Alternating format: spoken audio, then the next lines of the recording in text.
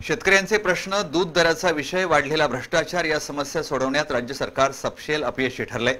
त्याचवेळी मराठा आरक्षणाच्या मुद्द्यावरून राज्य सरकार जनतेची दिशाभूल करत असल्याचा आरोप माजी मुख्यमंत्री पृथ्वीराज चव्हाण यांनी केला।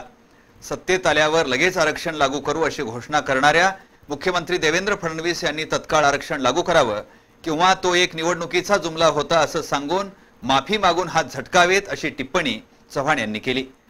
दुसरीकडे अरबी समुद्रात प्रस्तावित शिवाजी महाराजांच्या स्मारकाच्या उंचीवरून राज्य सरकार केवळ उडवाउडवीची उत्तरं देत असून महाराजांच्या पुतळ्याची उंची कमी केल्याचा आक्षेपही त्यांनी नोंदवला। आधार कार्ड टोल फ्री क्रमांक थेट मोबाईलमध्ये सेव्ह होणं ही अत्यंत गंभीर बाब असून त्या प्रकरणी गुगल कंपनीला दंड करावा अशी मागणीही त्यांनी केली। माजी मुख्यमंत्री आणि काँग्रेसचे नेते पृथ्वीराज चव्हाण कोल्हापुरात आले असता त्यांनी हॉटेल सयाजीमध्ये पत्रकारांशी संवाद साधला। कृषी कर्जमाफी घोळ, शेतकऱ्यांचे प्रलंबित प्रश्न, प्रशासकीय पातळीवर फोफावलेला भ्रष्टाचार या आघाड्यांवर राज्य सरकार अपयशी ठरले। सिडको जमीन गैरव्यवहाराच्या चौकशीची मागणी केवळ मान्य झाली आहे, प्रत्यक्ष चौकशी प्रलंबित आहे।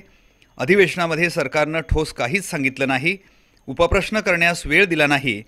दुसरीकडे मराठा आरक्षणाबद्दल राज्य सरकार प्रामाणिकपणे प्रयत्न करत नसल्याची टीका पृथ्वीराज चव्हाण यांनी केली।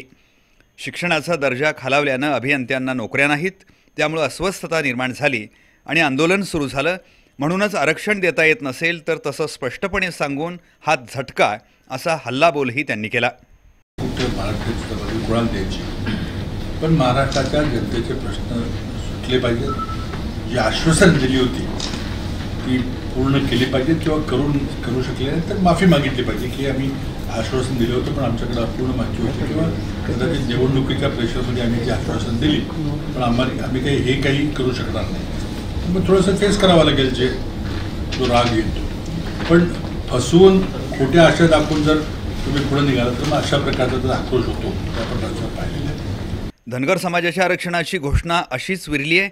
दुसरीकडे गेले 15 दिवस मुख्यमंत्री फडणवीस मुंबईतच आहेत, यावरून मुख्यमंत्री बदलाचे संकेत मिळत आहेत, पण तो भाजपचा अंतर्गत प्रश्न असल्यानं आपण त्यावर टिप्पणी करणार नाही असंही चव्हाण यांनी स्पष्ट केलं। छत्रपती शिवाजी महाराजांच्या अरबी समुद्रातील स्मारकाच्या उंचीवरूनही सरकारनं अस्पष्टता दाखवली आहे।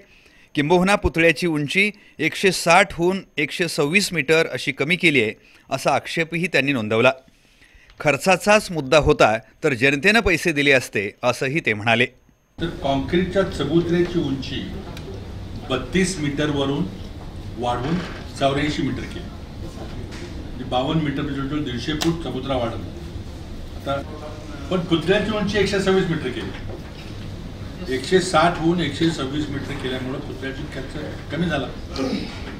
ते कारण होतं का सरदार पटेलांच्या पुतळ्यापेक्षा कमी उंची करायची, हे काय कोणी आम्हाला सांगितलं? जनतेमध्ये भाजप विरोधी आक्रोश असला तरी निवडणुकीमध्ये या पक्षाला यश मिळण्यामागं EVM मधील घोळ आणि पैशाचा वारेमाप वापर हीच मुख्य कारणं असल्याचा दावाही त्यांनी केला। केंद्रीय मंत्री नितीन गडकरी म्हणत असतील, नोकऱ्याच नसल्यानं आरक्षण कुठं द्यायचं, तर मुख्यमंत्र्यांसमवेत तसं संयुक्त पत्रक काढावं असं त्यांनी सांगितलं। आधार कार्डचा टोल फ्री क्रमांक थेट मोबाईलमध्ये सेव्ह होणं ही अत्यंत गंभीर बाब असून या प्रश्नी गुगल कंपनीला दंड करावा अशी मागणी त्यांनी केली। कुठली माहिती आपल्या फोनवर टाकायची तर एक संकेत आहे की वापरकर्त्याच्या अपरोक्ष परस्पर काही माहिती टाकता येत नाही, याबद्दल कडक नियम आहेत। माझी मागणी अशी आहे की एकतर तुम्ही आदेश दिले मान्य करा, अन्यथा गुगलला फाईन करा। नाणार प्रकल्पात सौदी अरेबियाची 50% भागीदारी असल्यामुळं तिथं पाकिस्तानचे कामगार आणि अभियंते येणार का, याबाबत सरकारनं खुलासा करावा अशी मागणी त्यांनी केली। 72,000 जागांवर मेगा भरती म्हणजे सरकारचं अपयश म्हणावं लागेल। तसंच अनेक विकास कामं केवळ निवडणुका डोळ्यासमोर ठेवून सुरू असल्याची टीकाही त्यांनी केली। पत्रकार परिषदेला महापौर शोभा बोंद्रे, जिल्हा परिषद सदस्य राहुल पाटील, सुरेश कुऱ्हाडे उपस्थित होते।